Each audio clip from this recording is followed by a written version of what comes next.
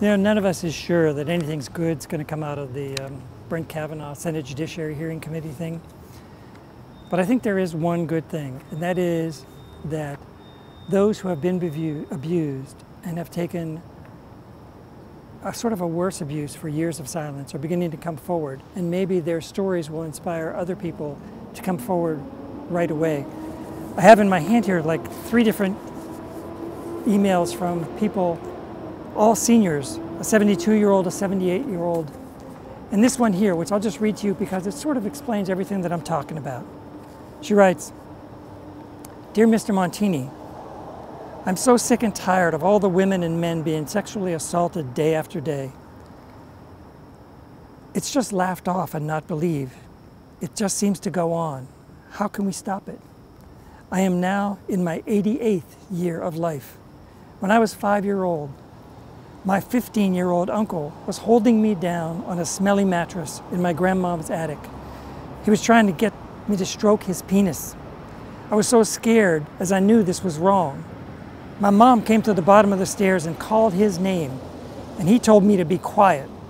Mom walked up the stairs and saw what was going on. She took me down to the kitchen and told Grandma, who laughed and said, 'Boys will be boys.' My dad was out of work at the time and we were staying there to help Grandma. My dad came in and Mom told him what happened. He threatened to kill my uncle, who had run out of the house. We then packed our things and walked home in bitter cold, ice and snow. No money for bus fare.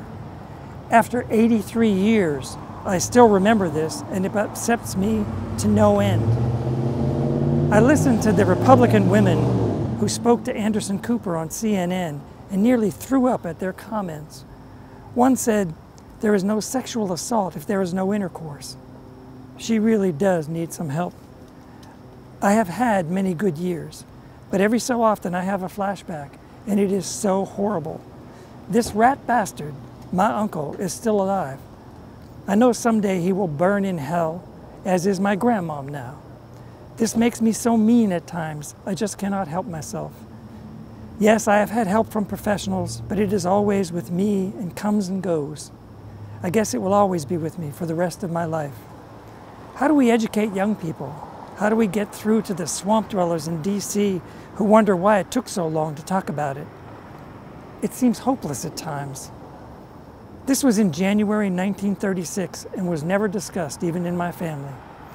My dad did not kill my uncle, but he really wanted to. Thank you for listening to me.